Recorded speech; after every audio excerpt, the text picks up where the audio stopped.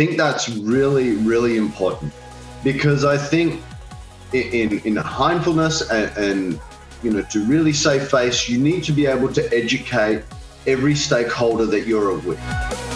Welcome to Process Pioneers, the show that takes a deep dive into the minds of decision makers, key influencers, and process experts who are pioneering the world of everything process. Welcome to the next episode of Process Pioneers. My name is Daniel Rayner. I'm the host of Process Pioneers. And in each of these episodes, we get the absolute privilege of sitting down with industry specialists and experts to talk everything about business processes. Now, whether you know it or not, whether you like it or not, business processes are in and everything that you do in an organization. So why not understand them better, manage them better, improve them better? And so that's why we have these conversations. And if you have been following along this series for a while, because it has been 130 episodes, and if you have gleaned some value from it, I'd appreciate a rating and a review on any of the, whatever platform you're listening to it on, whether it's Spotify or Apple or YouTube. Please subscribe or give us a rating and a review. That's just going to help us promote this and broadcast it out to an even larger audience, which would be fantastic. But in today's episode, I have the absolute privilege of sitting down with Daniel Adamek. Now, Daniel is a continuous improvement manager, IT and transformation specialist, and has worked at a large global organization for the better part of his career. So I'm very excited for this conversation. Lots of lessons that he's learned from his journey, and so a lot that we can glean from as well. So Daniel, thanks for sitting down with me today. Oh, thank you very much, and congratulations. 130 ripping episodes, first day of spring. We've got onto the right foot. I'm absolutely excited to be here. Thanks for having me. That's great. So Daniel, tell us about your journey into the BPM space. Was it something that you were formally qualified and trained in, or is it something that you stumbled upon, or it ended up, I guess your pathway ended up going down into this space because of the work that you were doing? Tell us a little bit more about that. Yeah, I think as you start and you see how, especially in a large organization, not to go past anything that's on a smaller scale, but I think as you create growth and your ideas, your operations, as it all expands, as divisions, as people who cross-pollinate and collaborate with each other, start trying to still reach that last end goal, but there's so many ways to get there, I think we lose sight of how we're doing it. And then we lose sight of how effective it is. We scream that the back end is always taking too long. We've never reduced the administrational part of it, that it seems harder to do, it's taking longer. Can IT be a magic wand that just solves everything and it just goes away? But we fundamentally lose sight of how we're doing it. And we actually just created people's jobs by it. We would write a job description and we would go, that's your job. And then we'd go, well, what's the process? We would go, I don't know, but Paul over here, he knows the process. And Paul's sort of shaking, going, this is what I got told to do. And now that I've got more stuff to do, I just have to add it on. But if you followed Paul's lead and understood a little bit more about how each of the resources in the organization come together and where they're moving and whether they're agile or whether they're collaborative and what risks are they all taking, to get to that level of increased productivity and performance, you fundamentally have to understand how you're all interacting. And BPM is exactly where it's at. No, that's great. I think it's an interesting comment you made about, I guess, that painting that picture of this person that is doing a process because that's what he got told to do. I think it's an interesting situation and potentially scary situation because it's, how long back were they told to do that? And what was the environment? What was the market like at that time? I think the further, we move forward and progress and organizations progress, customers are going to be expecting a certain level of a certain experience when they're interacting or dealing with different organizations. So, if Jim is still doing that process that they were doing 5 years ago, what's the experience going to be like in comparison to another organization? And doesn't that necessarily have to be a competitor? As a consumer myself, I'm interacting with multiple organizations every single day. I'm interacting with my bank. I'm interacting with the different utility providers. I'm interacting with my local council. I'm interacting with these different organizations. And, you know, the organizations I remember and are the ones that give me an enjoyable and easy and simple and stress-free experience that I can play a part. So, you know, we got to be aware of this. Are we just doing the same old processes that we've been doing for the last 10 years, or are we actually continuously improving? But talk to us about what drives an organization to want to understand and manage their processes better, because there's obviously lots of reasons, and I'm sure the people that are listening to this, they're already thinking of, you know, it feels like a silly question in some regards, because it feels like there are many obvious reasons. But what are the main drivers you've seen for an organization to adopt BPM and manage their processes better? One of the interesting questions when people say, you know, why is that business in business? And they say, well, to make money. Now the question is, or has been for some time, is actually, no, they're in business to survive. Now, if you can actually maximize those levels of revenue, what do you need to go along with that? How do you deep dive into it? And so the basic overview is anyone will tell you you will need to increase your productivity and you need to increase your performance. And so by comparing information, data, to some sort of results, you can quickly identify, I guess, many of those points, how you need improvement in order to maximize that. And process improvements is about really removing bottlenecks and eliminating redundant steps that can be easily achieved. And those will be done through small improvements. And I think those drivers allow you then to have a key fundamental, which we've seen post-COVID, is that we need to be agile. Market trends and customer demands over time, so does your own goals and needs and demands. So a key feature of, you know, anything to do with BPM is that it smooths the design process and it creates a level of visible flexibility. So if you can make changes to process and you can benefit, you'll greatly receive, I think, an opportunity to scale those changes to meet. So if you have that, you then have the next driver. You're going to have instant improved collaboration. What did we see post-COVID? Through how the adoption of schools, how deliveries were being met, how the supply chain got disrupted, how online e-commerce, where it went to, where it's actually heading now, post that dip. What is our experience? So now you've got multiple tasks and processes are running at the same time. So how do I collaborate that amongst the team? It's a must. So digital business and traditional comms and channels isn't the best solution. What it actually means is that messages, file sharing can actually be a better line of communication, and that ensures everyone is actually relevant and real time, because real time is being demanded of us. Once we know real time, once we have a level of agility and now we're collaborating, we're going to have better control of our operations. And it's important to have control of those tasks that you're running. Who is working on it? Whether or not that's being met. Are you then giving access to all that information in the right way? And we need to go past just general dashboards and data charts to monitor execution and progress. This is beyond that. And the real part of that is we need to remove that risk, you know, and this level of data redundancy we talk about. And if automation is the key, we need to ensure that execution quality at a really desired level is going to ensure that a task and time focus is going to be giving us the bigger picture. We're going to sleep better knowing that. So less errors and much less data redundancy will give us some of those key drivers that we're after.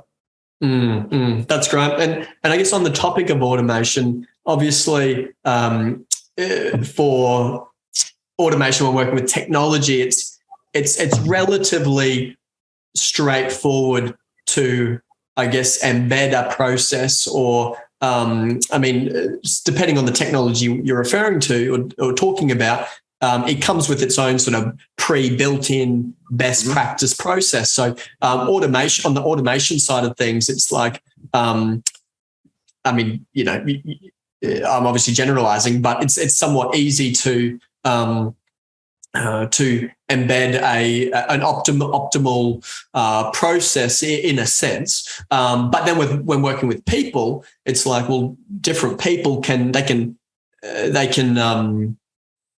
they might be tasked to do the same process, but they could do two completely different things, or even two slightly different things. And so it's trying, I guess, understanding, well, what do we want our people to be doing? What is best practice? What should they be following? Because we don't want to be, we don't want the same customer to call up on 2 different days, get 2 different people and have 2 completely different experiences. So I don't know if you've experienced that much, when the difference between process when it comes to automating versus process when it comes to executing through our people. That's a really interesting topic. I think, it's funny when you say, well, here's the system and this is what the system does. And somebody sits down and goes, but that's not what we do. Right. Oh, so we need to customize it. And IT guys love this. They're like, oh, you need customization. Oh, you can't have off the shelf. What a shame. Well, we can build something for you. Of course we can. So how did they get to the fact that SAP or Oracle, or how did these mega companies that come into manufacturers, that come into suppliers, and how did they come and say, this is the best way to work? This is what they've done is they've implemented 400 systems around the world 7,000 times, and they've found that the core of the ask or the demand based on the consumer movement at the time looks like this model, and here it is. So that could either identify a really confronting method to yourself as an organization and go, oh, well, we're a little bit different, or should we be doing it that way? But that means that process doesn't exist. Do we need to add it on, or should you add it on? So we now need to look as the business process isn't simply a tool or a consultant coming through to recommend new tech. In reality, it's a meaningful contribution to the business, because you need to think holistically and how those changes it recommends are being put into place. So initially, this will always be met with resistance because we're talking about Paul in that corner whose process is his job and it's not that machine. How do you then combine the two? Now, manufacturers will need to see that in real time, because that's already a level of automation. But if you're using people to create a better outcome, then what you need to do is ensure that the business process end to end is not just the technology, but actually the form of how you do things. Yeah, that's good.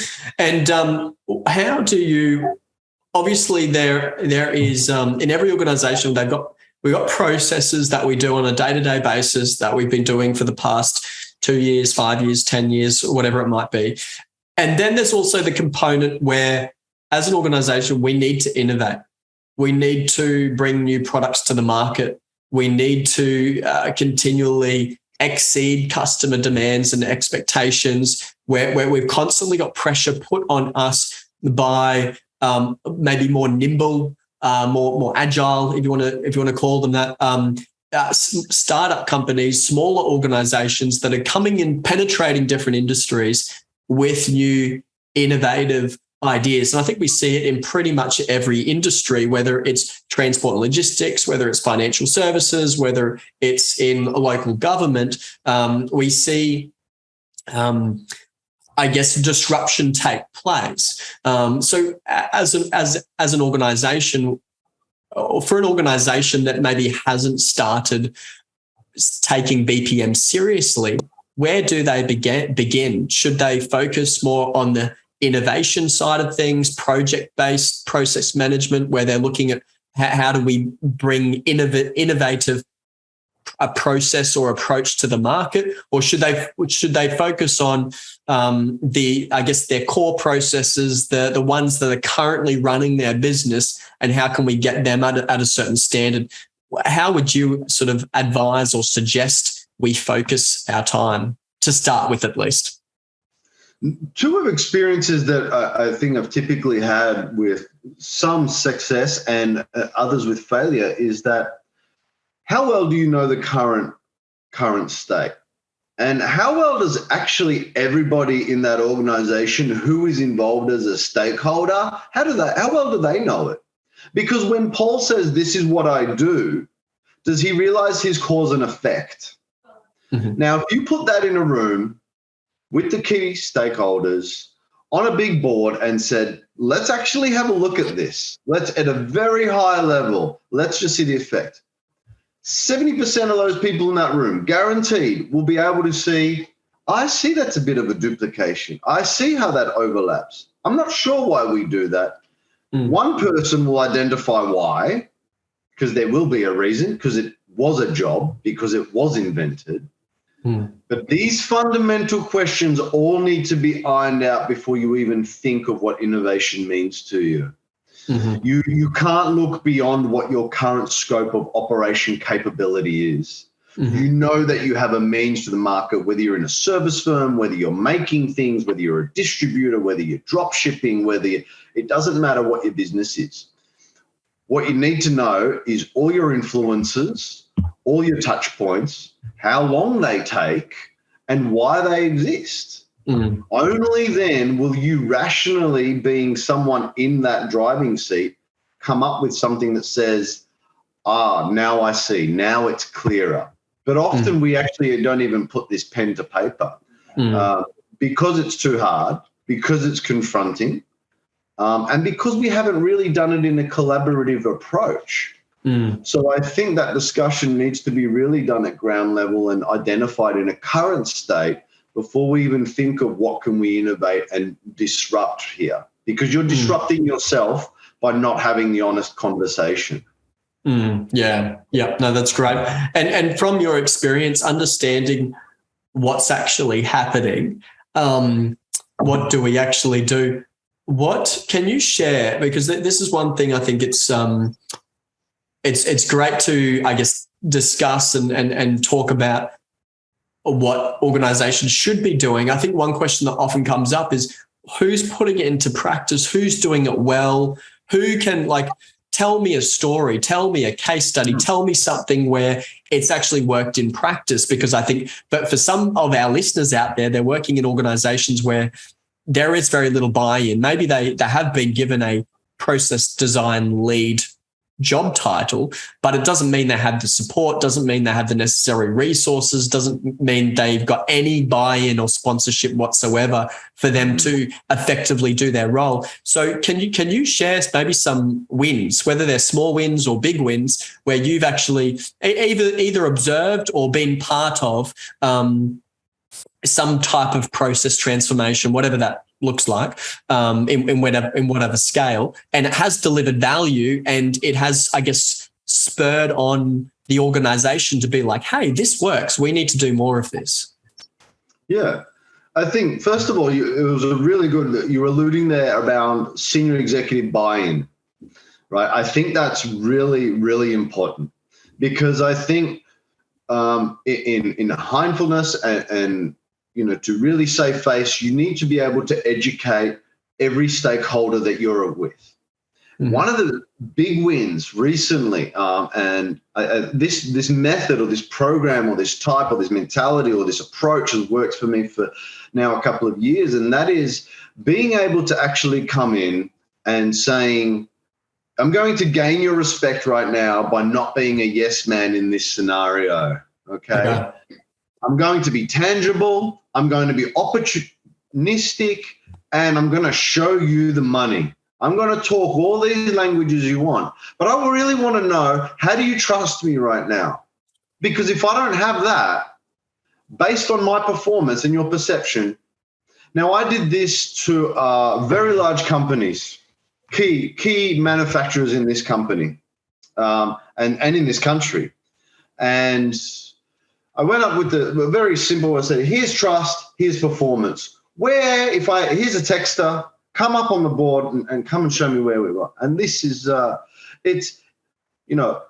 executives don't have a problem in grandstanding in front of the rest of the guys to say, okay, all right, you want me to tell you if I trust you? All right, I'll tell you. Now, this was a method that I had heard and learned actually from the Geelong Football Club, who were once in disarray. And they decided to put everyone and stand up and say, right, I want you to talk about what bothers you right now. Who don't you trust? Who do you trust and why? So I simplified the method for the context. Now, when a guy comes up and actually puts us at 50% trust, but he thinks our performance is okay, it's around 70%, I say, what? 50% trust is a problem. Because that's not a partnership. This is that whole, we talk about that slave master sort of, here's a contract, go and do your work. What's the problem? When they said, well, we're just not transparent with how you run the processes to get these end results, because this is what I'm getting, but I really don't trust how you're getting there. It just seems like you're showing me something I want to know, but the people I have working here don't trust in that process. Wow, right?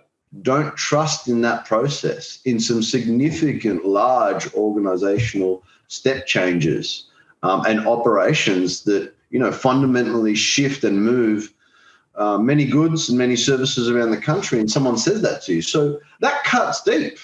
And I think to create a win, the first thing that needs to be able to, I think, identified is you don't use guerrilla tactics. There's no way that we can do that. In my experience, what you need is to be able to educate and not by sending people on courses, but challenge the thinking of what poor customer experiences is affected by many different aspects. It doesn't mean it's just a bill at the end of the day, or it doesn't mean that it's just how somebody got something from A to B. What it does mean is that you need to pass a test, and that test needs to be brought out in a trustful environment so that you can both then say, well, there are other steps in this that we need to discuss, and that might help you. It's amazing how many times that was an underlying factor. Nobody wanted to talk about that. I need you to do 10 things next week. That's the forecast. So we were ready to do those 10, but we only did 6. But when I do 14 and you were only ready for 10, you're a failure because those other 4 weren't there. So where did the process fall? And the only way that that's able to be established is to very quickly have the right people in the room to have that honest conversation and put those processes out there to say, I really think we're failing in this. And it's, you know what, it's not because of you.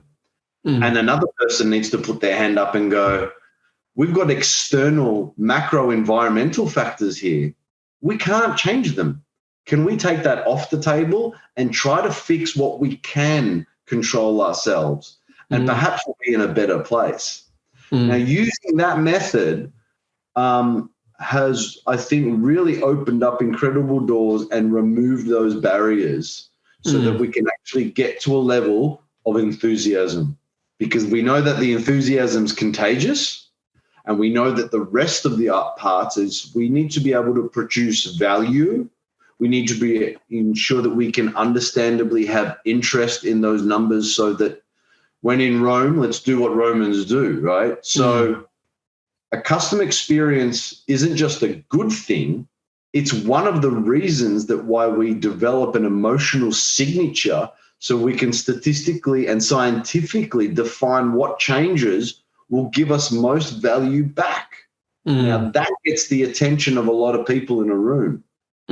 Yeah, that's great. That's great. I think what I'm picking up through what you're saying is language is huge. Understanding what language we use and understanding those key levers of the people that we're in front of. Because I think that as process specialists, we need to be mindful that, part of our role can be quite technical and can be quite nitty gritty, and there's a lot to it. It's very, very broad when you start diving into, the way that we go about the work that we do. But when you're talking to people that aren't in our shoes and aren't doing this work on a day-to-day basis, we need to understand, well, what are their levers? What keeps them awake at night? What do they really care about? And we need to be able to speak their language to be able to, get that buy-in, get that sponsorship, and and get better outcomes for the work that we are doing. So I think, that's so key. How do we go about, I guess, for someone that's just joined, let's just say someone's just joined an organization, how do they go about understanding those key levers? Should it be an obvious thing, or does it take a bit of digging to understand, what are we really trying to do here? And how can I support this journey? Yeah, I think that's a really good question. And every level of organization, department, team, subset of that organization are actually on a different trend. And that's one of the key ways to identify that. Because some people say, well, in finance, they're up to that. They're really advanced. They've been doing that for a couple of years. But over here in this division, we haven't started that. We're pretty new to this now. So we're just trying to catch up with the other. And this is my whole point of how it's imploded growth with imploded demand, over forecasting and over generating tasks and processes that overwhelm people's jobs, because a lot of the time, the reality is it's sink or swim. You come into an organization and they go, here's the keys, here's your meal coupon, enjoy the free parking. I'll need that by Friday. See how you go. And you're sitting there and you're like, uh-oh, right? There is no map. Your job description, all those elements of skills that you've now been assessed that you can come in and create an impact, are now supposed to be relatable to the tasks that you're doing. But it's clearly not identified. Mm. And so I think my advice is two ways to do this, is to really ask, what do we want to get out of this role today? Mm. Who do I need to use to be able to do that? Mm. How can I see someone achieve that? Can you show me what does it actually tangibly look like, the outcome? Mm. It's amazing the difference in the way that we think can aesthetically or visually or adaptive listening, and this is where BPM is about. No. A lot of people need to see to believe, and a lot of people need to move to think. So the way that we optimize that process for someone to actually be comfortable and engage, I'll go back to those elements that we've done. If we've reduced our risk, we've already got better control over our organization. We're ready to optimize this process or this resource. We can now have better level agility. Oh, and by the way, we're just really good at collaborating together. So you're going to be in the driver's seat. When a person comes in and is a lot greener to that, or the division, department, or team aren't on that journey, the questions need to be asked in a real collaborative way and very quickly. So it needs to actually look like, so how do you think this is going to look? Where does this go from here? And all of a sudden you realize without it, you're asking your own business process mapping questions anyway. Mm-hmm. And so a lot of people who face the company or use these formulas will often find that in a very quick way. I often ask companies, so what do you want to achieve in the next 3 months from doing this? Well, what do I think? And you're gone. Once you're thinking about it, don't think about it. They need to just go, here's this is what we need to achieve. So it's a lot clearer. So it orchestrates back to sort of saying, okay, well, now we can govern a lot more quadrants of specialized business. So we can now come through as not aggressive, not hand-holding, but there's going to now be a test of how we're going to listen to some future, collaboration to satisfy these results. I think that's one of the key ways, is to ask those questions, and you'll find very quickly where you stand. Yeah. And how, as well as asking the right questions, how do you foster that culture of continuous improvement? Because I think some people, they don't bring their ideas to the table because out of this feeling, whether it's right or wrong, that, well, nothing's going to happen. I've just got to do the work that's in front of me, and I can see the blaringly obvious pain points and problems I'm facing, but, we don't, that's for me to keep in here. How do you foster that as leaders in the organization? We can lead down, we can lead up, we can lead to the left, to the right of us. How do we lead people in to foster this culture of continuous improvement? Yeah, that's a great question. Absolutely true. There are dimes a dozen of people who have been sitting there for a long time who said, I put my hand up once, I told them that that's not the right way, I told them these are the problems, they're not going to listen, so do what you need to do. This is my job. No one's tapping me on that shoulder. I'm fine. There's a lot of that attitude.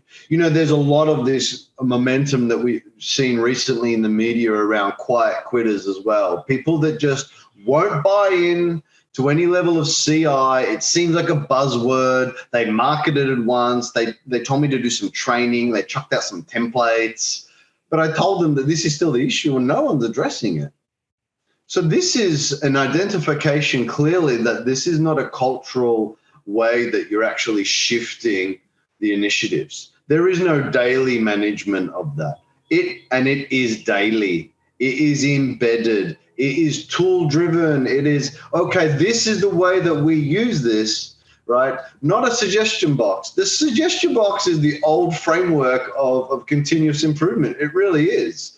As many books as I can read about Toyota and changing the way of CI, the suggestion box in the lunchroom, besides saying need more tissues in the toilet paper, whatever.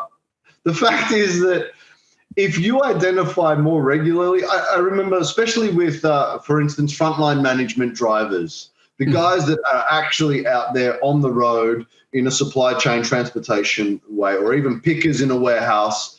And one of the key ways to communicate to them is to have a toolbox meeting. So you have a toolbox meeting. What do? You have it weekly, you have it monthly, whatever you choose as a cadence. The reason or the method you choose as a cadence will be the result of that outcome. If you choose to hold it monthly, expect a monthly elongated result. If you do it daily, you then will have a daily result. Oh, we spoke about it yesterday. You spoke about day 2, day 3. You've listened to it now 3 times. With enough evidence and a careful way of creating a program with a supported methodology behind you and leaders extracting that intel, you're able to create change because you're seeing the problem consistently. Often we come too late, we come in too larger blocks, and therefore we're recognized to make changes that are, we're not giving the tools to the right people who can make those decisions because we're now seeming spontaneous or we're seeming off the cuff. We're not in touch. It's not about doing this when it happens and when it hurts and hearing Paul raise his hand once. Paul needs to be engaged daily.